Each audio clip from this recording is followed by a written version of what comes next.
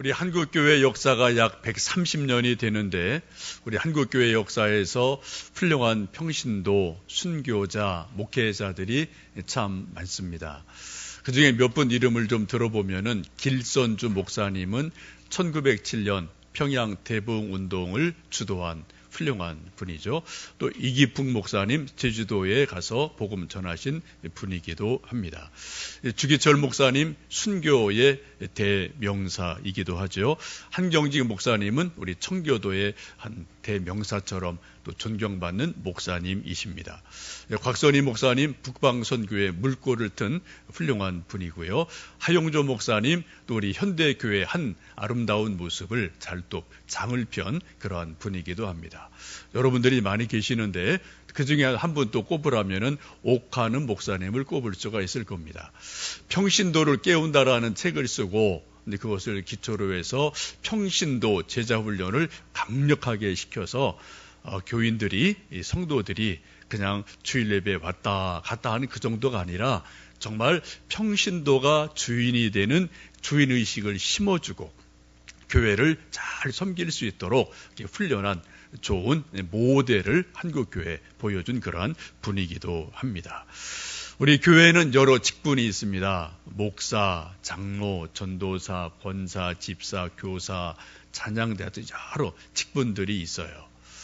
이건 뭐 시대마다 조금 호칭은 다르지만은 직분들이 있고요. 신약 성경을 보시면은 성경 속에도 초대교회 여러 직분 이름들이 있습니다. 사도 혹은 장로, 감독, 권위자 혹은 집사, 은사자 이런 직분들이 있음을 보게 됩니다.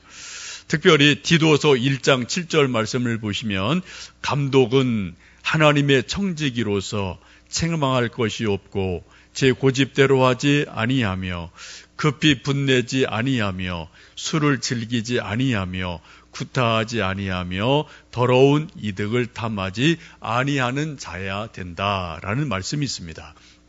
초대교회 사도들 그 다음 세대의 교회 지도자들의 직분을 감독이라고 성경은 말씀을 하고 있습니다. 저 보시는 것처럼 감독이라는 것은 헬라어로 에피스코포스라고 하는데 이것을 영어로 번역하면 킹 제임스 버전 이것을 비숍이라고 번역을 합니다. 주교라는 뜻이죠. 지금도 천주교회는 주교라는 그러한 직분이 있습니다. 이것을 또 이제 다르게 번역하면은 우리 성경에서는 감독이라고 번역을 하고 있습니다. 이 신약 성경에 에피스코포스라는 단어가 5번 나오게 되는데 한 번은 예수님을 지칭을 합니다. 4번은 교회의 지도자인 감독을 지칭하면서 신약 성경에 이 단어가 여러 번 사용되게 됩니다. 문제는 교회가 계속 전통이 오래되어지면서 중세로 들어가면서 중세 천주교가 많이 타락을 하게 되죠.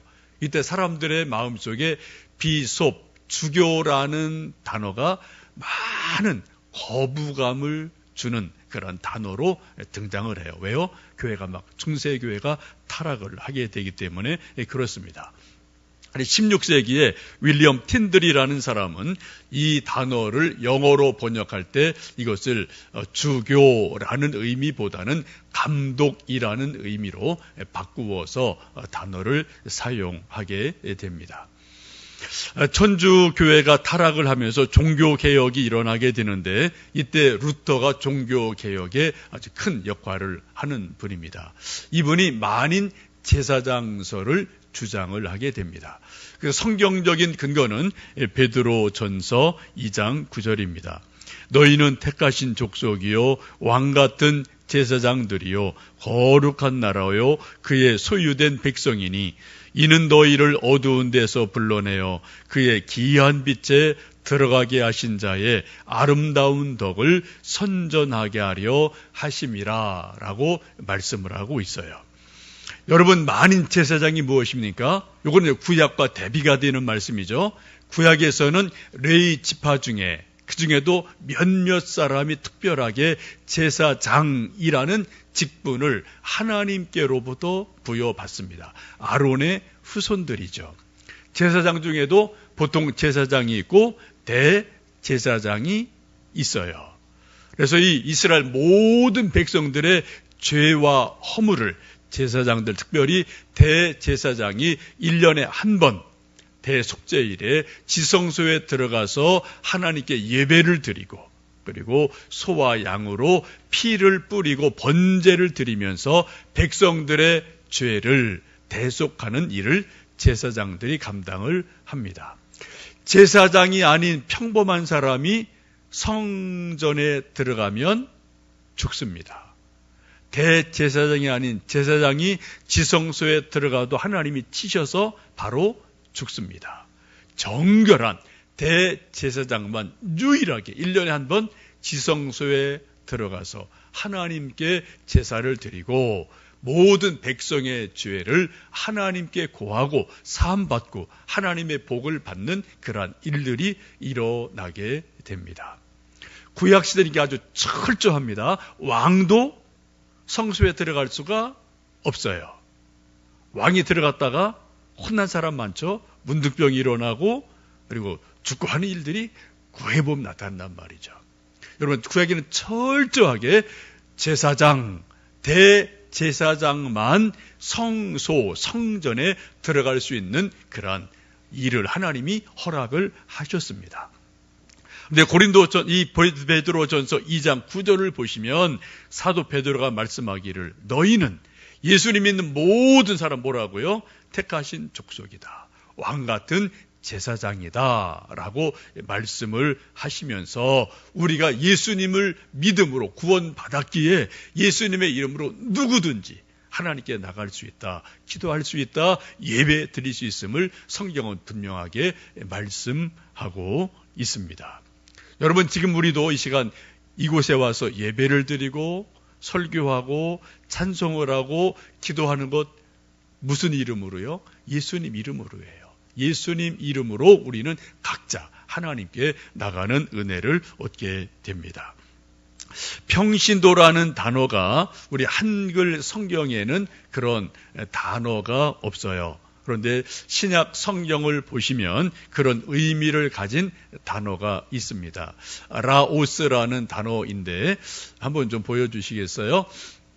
예, 저 라오스라는 단어인데 이것을 영어로 번역하면 레이맨, 평신도라는 뜻이죠. 또 성도, 사람들 이런 뜻을 가진 단어입니다.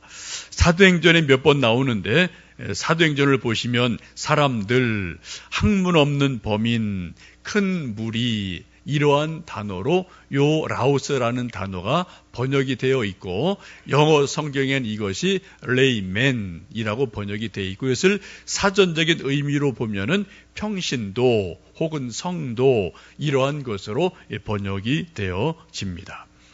한마디로 평신도가 뭐냐? 예수님을 구주로 믿고 구원받은 모든 사람, 이게 다 평신도예요. 성도예요. 목사도 성도입니다. 장로도 성도입니다. 전도사도 성도입니다. 어린 유치부 아이들도 성도입니다. 우리 모든 사람은 예수님의 이름으로 구원 얻어서 거듭난 하나님의 백성, 성도라고 성경은 말씀합니다. 요즘은 이 평신도라는 단어를 목회자와 좀 대비하는 그러한 의미로 목회자 혹은 평신도 이렇게 일반적으로 교회에서 사용이 되고 있습니다. 한 가지 분명한 것은 교회에는 계급이 없습니다. 우리 모든 하나님의 사람들은 직분이 어떠하든 모두 다 하나님의 사람이에요. 성도예요. 단지 하나님이 주신 역할, 부르심이 다르기에 목사로, 장로로, 전도사로 그 기능과 역할이 조금 다를 뿐임을 우리가 성경 속에서 보죠. 지금도 천주교회는 명확하게 계급사회예요. 주교가 있고 사제가 있고 부제가 있고 이건 명확하게 하이어라키입니다. 명령 체계로 되어 있거든요. 근데 우리 개신교회는, 우리 개혁교회는 그러한 계급이 아니라 직분을 따라 하는 역할이 다르다, 하는 기능이 다르다라는 것을 우리는 성경에서 봅니다. 그 말씀이 바로 고린도전서 12장에 있는 사도 바울의 교회론이죠. 여러분, 이 세상에 있는 모든 교회 머리는 예수님 한 분입니다. 우리 교회도 머리는 예수님이셔요. 영락교회도 교회 머리는 예수님이십니다. 크든 작든 모든 교회 머리는 예수님이시고, 우리 모든 사람은 저나 여러분이나 하나님의 부르심을 따라 때로는 손의 역할, 때로 발의 역할, 입의 역할, 코의 역할, 눈의 역할, 이런 역할을, 기능을 각자 부르심 따라서 맡은 대로 한다라는 것을 성경 속에서 알 수가 있습니다. 여러분, 우리 모두는, 저나 여러분이나 예수님이 핏값으로 구속하신 하나님의 백성입니다. 하나님의 성도들입니다. 그래서 우리는 모두 다 성도로 하나님의 교회를 함께 섬기고 있습니다. 저희들 지금 제가 몇 차례 계속해서 올 한 해 우리 교회가 지향하는 그러한 비전에 대해서 한 주 한 주 말씀을 드리는데, 오늘 드리는 말씀의 주제는 평신도가 운영하는 교회라는 주제 말씀을 제가 드리고 있습니다. 여러분, 평신도가 운영하는 교회라는 게 무슨 뜻일까요? 여러분, 어떻게 생각하십니까? 쉽게 말씀드리면은 평신도가, 온 성도가 주인 의식을 가지고 하나님의 교회를 함께 세워가는 것, 이게 평신도가 운영하는 교회인 줄로 믿습니다. 우리 남선교회, 여전도회가 자치 활동하면서 주인의식 가지고 열심히 일하고 섬기는 거죠. 우리 찬양대가, 교회학교가, 청년부가 서로 주인의식을 가지고 서로 교회를, 하나님의 집을 세워갑니다. 또 운영위원회를 통해서 함께 의견을 모으고 지혜를 모으고 힘을 모아서 또 교회 크고 작은 일들을, 방향을 결정하기도 합니다. 이것을 우리가 잘못 생각하면은 한두 사람이 이래라 저래라, 혹은 감나라 배나라 이렇게 하는 그런 의미가 아니고요. 우리 모두가 주인 의식을 가지고 함께 하나님의 교회를 세워간다. 거기에 목사가 주인이 아니다, 장로가 주인이 아니다, 우리 모두가 같은 주인이다 라는 의식을 여러분 함께 가지시면 좋겠어요. 우리 모두 어떻게 해요? n분의 1씩 하는 거예요. 저도 n분의 1, 여러분도 n분의 1 하시는 거예요. 우리 모두 다 기도를 모으고 사랑을 모으고 정성을 모으고 열정을 모아서 함께 주인 의식을 가지고 하나님의 몸된 교회를 세워가야 될 줄로 믿습니다. 우리가 해야 될 의무가 있고 책임이 있고 권리가 있어요. 이런 것들 우리 함께 만들어 가는 것들이죠.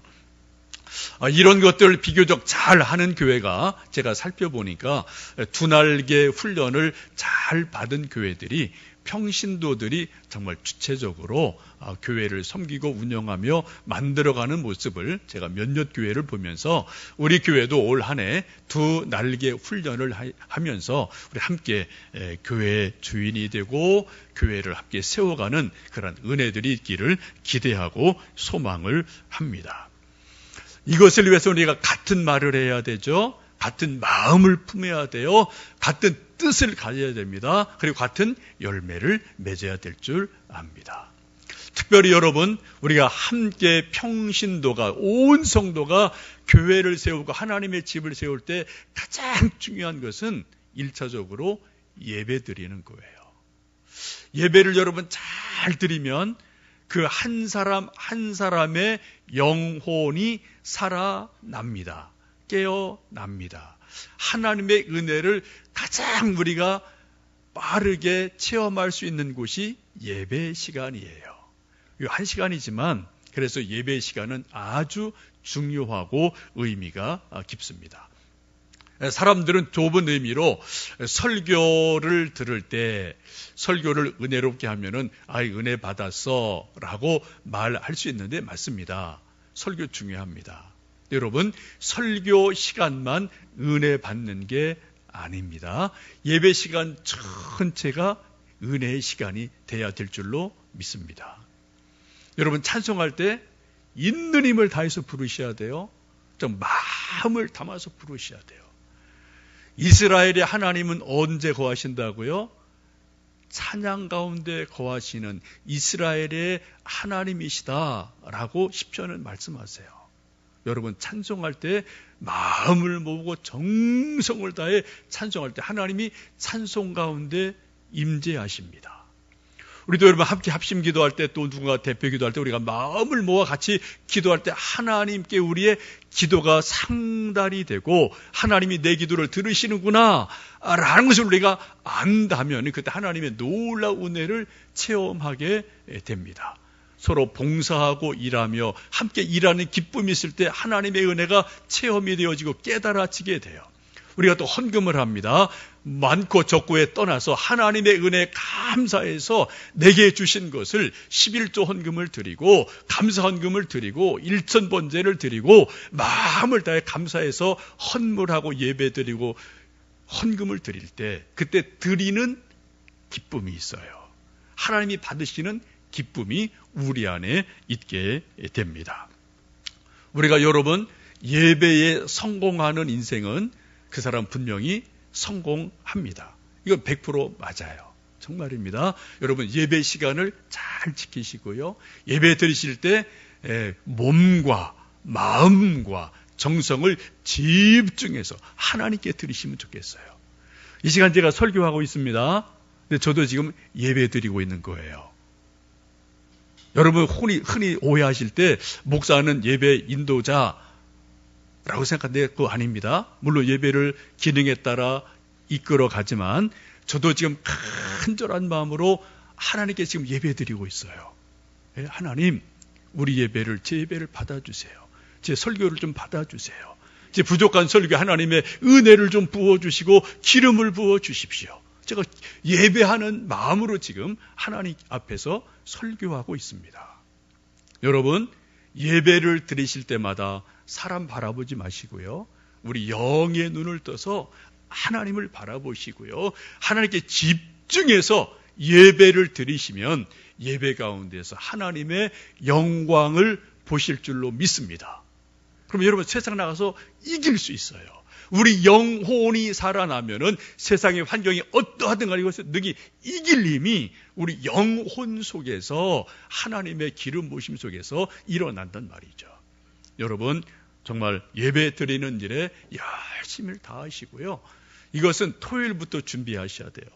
조금 일찍 주무셔야 되고 몸의 컨디션 준비하셔야 되고 졸지 않게 좀 잠을 좀 주무셔야 되고 이런 것들을 토요일 미리 준비하셔야지 정말 좋은 마음으로 좋은 몸으로 예배를 드릴 수가 있는 줄로 믿습니다.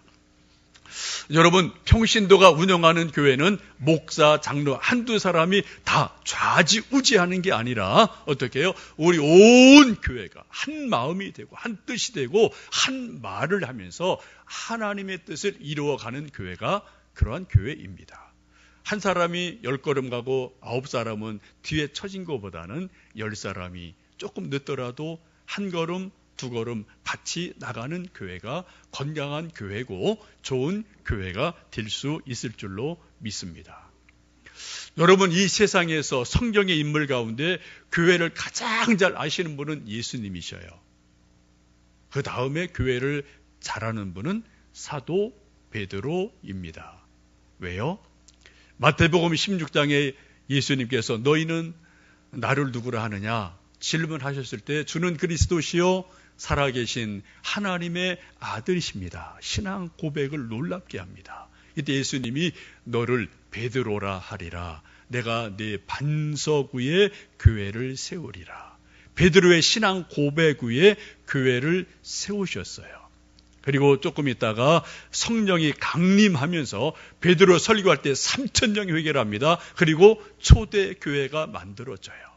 그래서 누구보다도 교회가 무엇인지를, 교회가 어떻게 만들어지는지를 베드로가 잘 알고 있는 그러한 분이죠. 그 사도 베드로가 오늘 말씀에서 교회를 아름답게 세우기 위해서 몇 가지 우리에게 권면하고 있습니다. 우리 7절 말씀 같이 읽어보십니다. 만물의 마지막이 가까이 왔으니 그러므로 너희는 정신을 차리고 근신하여 기도하라. 교회를 교회답게 세우는데 가장 중요한 게 뭐라고요? 기도해라. 기도 없이는 교회가 세워지지 않는다. 초대교회도 열흘간 120명의 성도들이 마가 다락방에 모여서 오로지 기도했을 때 성령님이 강림하시고 그때 교회가 시작이 됩니다. 기도 없는 교회, 아무리 큰 교회, 전통이 많은 교회일지라도 고목나무 같은 교회임에 틀림없어요. 그러나 작은 교회라도, 역사가 짧은 교회라도 기도가 있는 교회는 여러분 꽃이 피는 교회고 열매를 맺을 수 있는 교회임에 틀림이 없습니다. 예수님도 기도하셨어요. 사도들도 기도했습니다. 하물며 우리겠습니까? 사도 베드로는 기도하지 않은 것 때문에 쓴 맛을 본 그러한 체험이 있는 사람입니다. 예수님께서 겟세마네에서 기도하실 때 1시간 나와 함께 깨어 기도해 다오 라고 부탁했습니다. 그때 졸았어요. 꾸벅꾸벅 졸았어요. 그 다음에 일어난 일을 우리가 너무나 잘 알고 있습니다. 예수님 부인하고 도망갔던 그런 치명적인 실수를 베드로가 기도하지 않았기 때문에 경험을 하게 되죠. 근데 지금 우리에게 말씀하기를 그러므로 만물의 마지막이 가까웠으니 정신을 차리고 근신해서 깨어서 기도하라고 우리에게 강력하게 실패자로서 선배로서 권면하고 있음을 봅니다. 여러분, 우리가 함께 교회를 세워간 우리 모든 성도들, 목사도 전도사도 장로도 권사도 집사도 교사도 순장도 찬양대도 하여튼 누구든지 남녀 선교회 회장들도 누구든지 예 없이 교회를 세우시려면은 여러분 기도하셔야만 됩니다. 하루에 최소한 1시간 성경 읽고 기도하셔야 돼요. 그래야 기본적인 신앙이 유지됩니다. 여러분 혹시 수영하고 피트니스 가서 운동하시나요? 그때 여러분 몇만 원 어떻게 회비 내고 운동하시고 이런 거 저런 거 하죠. 그때 여러분 일주일에 1시간 가서 수영하고 일주일에 1시간 가서 운동하고 운동 참 푸짐하게 잘했네. 그렇게 여러분 말하고 생각하시나요? 일주일에 1시간 하면 아이고 부족하네. 그래서 할 수 있는 대로 매일 가요. 적어도 일주일에 서너 번은 가야지 기본적인 운동이 됩니다. 우리 몸도 그래요. 우리 영혼도 살아있는 실체입니다. 우리 눈에 보이지 아니하지만 영혼이 없는 게 아니잖아요. 우리는 영혼의 존재입니다. 우리 영혼이 건강하려면 다른 방법이 없어요. 하나님의 말씀 읽어야 되고 묵상해야 되고요. 그리고 우리가 힘써 기도할 때 하나님의 능력이 우리 안에 임할 때 우리 영혼이 살아나고 힘이 있게 됩니다. 여러분, 기도는 영혼의 호흡입니다. 영혼의 운동입니다. 특별히 우리 책임 맡으신 분들은 일주일에 1시간, 금요일 저녁은 꼭 나오셔서 1시간이라도 하나님 내게 주신 이 직분, 이 사명 감당할 수 있도록 내게 성령의 능력을 부어 주십시오. 하나님의 힘을 부어 주십시오. 기도하고 정말 하나님의 힘을 공급받는 우리 모두 되기를 기도하고 축복합니다. 기도 없인 여러분 인생 세워지지 않습니다. 가정 세워지지 않습니다. 교회 세워지지 않습니다. 세워져도 모래 위에 세운 집이 되어서 언제 어떻게 무너져 낼 줄 우리는 아무도 알 수가 없어요. 지금 사도 베드로가 강력하게 말씀하기를 만물의 마지막이 가까웠으니 깨어서 근신해서 기도하라고 권면을 합니다. 두 번째 8절 보시면은 우리 8절 같이 읽어보실까요? 무엇보다도 뜨겁게 서로 사랑할지니 사랑은 허다한 죄를 덮느니라 라고 말씀합니다. 사랑하면은 사람의 허물과 죄를 덮어주는 능력이 있어요. 온기가 있어요. 근데 사랑하지 않으면은 온기가 없기 때문에 허물을 덮어줄 힘이 나에게 근본적으로 있지를 않습니다. 여러분 노아를 잘 아시죠? 노아 홍수가 끝나고 노아가 긴장이 좀 풀렸는가 보죠. 포도주를 먹고 포도주에 취해서 열이 나니까 옷을 다 벗고 장막에 들어 누웠습니다. 이 모습을 둘째 아들 함이 우연히 보게 됐어요. 그리고 함이 어떻게 했습니까? 쫓아 나와서 형하고 동생한테 얼레리 꼴레리 지금 아버지가 술을 드시고 막 얼굴이 볼게서 옷을 벗고 누워 계셔. 큰일 났어. 이거 어떡하지? 아주 뭐 이래저래하고 막 탁만 어때요? 아버지의 벌거벗은 모습을 흉을 보고 형제들에게 이야기를 했습니다. 이 이야기를 들은 형과 동생이 어떻게 했습니까? 옷을 가지고 뒷걸음질을 쳐서 아버지의 벌거벗은 모습을 보지 않고 덮어드리고 나왔어요. 나중에 노아가 이것을 알게 되죠. 그리고 함에게 저주를 내리고 너는 형제들의 종이 될 것이다 라고 말씀하셨고, 그것이 우리 역사 가운데 이루어진 건 여러분 뭐 다 알고 계실 겁니다.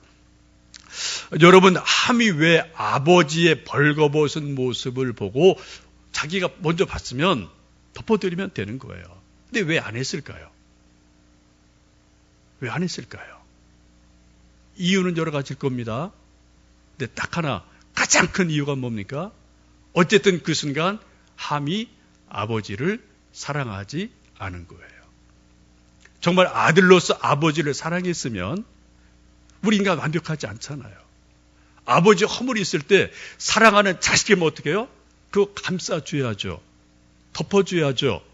아, 그럴 수 있구나. 끌어안아줘야죠. 그런데 자식이 부모에 대한 사랑이 없으면 어떻게 해요? 비난을 하죠. 불평을 하죠. 부모가 이거밖에 안 되라고 불평할 수밖에 없거든요. 지금 함이 그거 하는 거예요. 어쩌면 함이라는 사람을 현대인으로 끄집어낸다면 TV 앵커 아니면은 신문 기자가 되시면 좋을 사람일 거예요. 앵커들 대부분 하니 뭐예요? 세상에 좋은 일은 거의 얘기 안 해요. 100개 중에 한두 개 좋은 일이 있을까 말까 거의 대부분 뭐예요? 누구 잘못됐어요? 뭐가 문제예요? 그런 자기들도 마찬가지 아니겠어요? 그죠? 그러면서 하여튼 뭐가 이래요? 뭐가 저 이렇게 하는 사람들이 TV에 나오는 앵커들이 대부분 그런 거 하지 않습니까? 아마 함이라는 사람을 끄집어내서 현대인을 만든다면 그런 앵커 같은 사람이 아닐까 생각을 해보게 됩니다. 여러분, 이 세상에 완벽한 사람은 아무도 없습니다. 교회도 완벽한 교회는 이 세상에 역사적으로 존재한 바가 없어요. 성경 속에도 완벽한 교회는 존재하지 않았습니다. 여러분, 계시록 나오는 7교회 보세요. 완벽했나요? 다 이러저런 문제들이 있었어요. 예루살렘 교회도 이런저런 문제가 있었습니다. 그러므로 사도 베드로가 우리에게 강력하게 권면하는 말씀이 뭡니까? 서로 뜨겁게 사랑해라. 서로 허물을 덮어줘라. 그럴 때 교회가 교회된다라고 말씀을 하고 있습니다. 10절에서 11절 말씀을 보시면은 봉사할 때 선한 청지기 같이 하라 라고 말씀합니다. 이 말씀을 보시면은 청지기는 선한 청지기가 있고 악한 청지기도 있다는 거예요. 예수님도 말씀하셨어요. 한쪽은 너희는 양이다, 너희는 염소다. 예수님도 구분을 하시거든요. 우리에게 사도 베드로 말씀하기를 선한 청지기가 되어라 라고 말씀을 하고 있습니다. 여러분, 하나님의 일을 할 때 가장 중요한 게 뭡니까? 선한 청지기로서 일하는 거예요. 목사도 마찬가지입니다. 여러분, 남녀 선교회 회장도 마찬가지입니다. 교사도 마찬가지입니다. 모든 이들이 선한 청지기의 마음을 가지고 주님의 일을 할 때 교회가 교회 될 수가 있습니다. 여러분, 선한 청지기가 어떤 마음을 가질까요? 오늘 사도 베드로 말씀을 보시면 어떻게 해요? 하나님의 은혜를 가지고 봉사해라. 하나님이 공급해 주시는 능력을 가지고 봉사해라 라고 말씀하고 있어요. 이게 선한 청지기입니다. 악한 청지기는 뭐예요? 하나님, 내 시간 드릴게요. 하나님, 내 정성 드릴게요. 하나님, 내 물질 드릴게요. 이거는 악한 청지기예요. 여러분, 엄밀한 의미에서 우리 모든 인간에게 내 거는 없습니다. 여러분 목숨 여러분 거예요? 여러분 자식 여러분 겁니까? 여러분 물질 여러분 겁니까? 여러분의 재능이 여러분 겁니까? 영원히 여러분 거예요? 내 거예요? 그럴 수 없어요. 우리 단지 요 몇 년 내게 있을 때만 우리가 사용하는 청지기에 불과하거든요. 여러분 내 거 한다면 여러분 아까워서 못해요. 어떻게 하겠습니까? 그러나 하나님이 내게 그런 은혜를 주셨다. 내게 그런 물질을 주셨다. 그런 내게 이런 기회를 주셨다. 이런 자녀들을 주셨다. 하나님의 은혜로 여기면 우리가 아깝지 않게 하나님을 위해서 헌신할 수 있고 드릴 수가 있는 그런 마음이 일어나게 됩니다. 여러분 요즘 세상 살기 참 쉽지 않죠, 그죠? 예, 뭐 여러 가지 참 쉽지 않아요. 다 먹고 살기 바쁘고 다 힘들어하는 게 뭐 세상 여기저기서 계속 나오는 얘기입니다. 그럼에도 불구하고 우리가 주일마다 교회에 모여서 예배를 드리고 시간을 드리고 정성을 드리고 땀 흘리고 헌금을 하고 하는 이유가 도대체 뭘까요? 왜 우리가 이런 일을 해야만 되겠습니까? 그 이유가 뭡니까? 그 이유가 11절의 말씀에 나와 있어요. 그렇게 함으로 그런 것들이 하나님께 영광이 된다라고 말씀을 하고 있습니다. 여러분 하나님께 영광 돌리는 방법은 아주 많습니다. 근데 하나님께 영광 돌리는 가장 첫 번째 일이 뭐예요? 주님의 몸된 교회를 세우는 것이 하나님이 기뻐하시는 일입니다. 하나님이 우리 인간을 창조하신 이유도 거기에 있어요. 내가 이 백성을 창조한 것은 만든 것은 이 백성을 통하여 영광을 얻기 위함이다 라고 말씀을 합니다. 여러분 교회를 세우는 것이 하나님께 영광이 돼요. 교회는 네 가지를 세우셔야 됩니다. 첫 번째 교회는 여러분 저는 저대로 여러분대로 여러분의 마음속에 여러분의 하나님의 집을 지으셔야 돼요. 여러분의 지금 마음속에 하나님의 집이 세워져 있나요? 여러분 마음속에 하나님이 계세요? 하나님 계실 어떤 그 믿음의 공간이 있으셔요? 여러분 확인하셔야 돼요. 요거 없으면 몸만 왔다 갔다 하는 거 다 헛겁니다. 가장 중요한 하나님의 집은 각자 저는 저대로 여러분대로 여러분의 마음속에 하나님의 집을 성전을 지으셔야 돼요. 사도 베드로를 말씀했잖아요. 그죠? 성전이 뭐라고요? 너희 안에 있다. 성령이 거하시는 곳이 아니냐라고 말씀을 하셔요. 두 번째는 어디에다 질까요? 이웃 사람에게 아들, 딸들의 마음속에 우리 형제들의 마음속에 우리 친구들의 마음속에 우리가 또 하나님의 집을 지니까 너무 좋거든 이게요. 은혜가 되고 하나님의 사랑이 있으니까 너무 좋으니까 이 집을 너도 좀 줘 해서 전도를 해서 우리 아들, 딸들의 마음속에 하나님의 집을 줘주는 거예요. 우리 친구들의 마음속에 하나님의 집을 줘주는 겁니다. 이게 두 번째 교회입니다. 세 번째 교회는 뭐예요? 우리가 살고 있는 이 사회 속에 역사 속에 문화 속에 우리가 소금이 되고 세상에 빛이 되어서 하나님의 교회를 하나님의 나라를 세워가자. 이게 하나님의 집이에요. 하나님의 말씀이 문화 속에 역사 속에 사회 속에 뭔가 이게 보이는 일들이 일어나야 된다는 거죠. 네 번째가 예배당을 짓는 겁니다. 눈에 보이는 건물을 짓는 거예요. 여러분 앞에 있는 마음속에 하나님의 집을 짓지 아니하고 건물 지은들 뭐 하겠습니까? 의미 없는 거예요. 그러나 우리 마음속에 우리 모두의 마음속에 하나님의 집이 세워지면 또 그런 결과적으로 예배당이 여기저기 건물로서 세워지는 것이고 또 거기 모여서 예배를 드리는 일들이 일어나겠지요. 여러분 우리가 힘들고 어려운 세상을 살지만 그럼에도 불구하고 매주일 모여서 함께 수고하고 애쓰고 이런저런 일 하면서 예배 드리는 것은 바로 하나님의 집을 나의 마음속에 우리 또 이 교회를 통해서 함께 세워가고 있는 것이다 생각하시면 좋겠습니다. 여러분 우리 모두는 빈손으로 와서 얼마간 살다가 빈손으로 갑니다. 우리에게 건강을 주시고 자녀를 주시고 일터를 주시고 물질을 주시고 재능을 주신 하나님의 은혜들이 있어요. 하나님 공급해 주신 어떤 그런 은사들이 있다고요.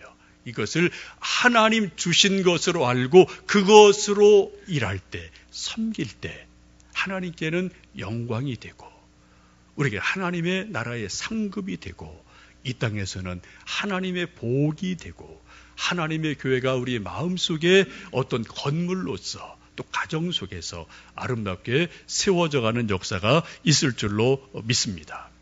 올 한 해 여러분 우리 함께 광교소망교회를 함께 주인의식을 가지고 저는 저대로 여러분대로 열심을 다해 세워가는 놀라운 은혜가 우리에게 있기를 주님의 이름으로 축복합니다.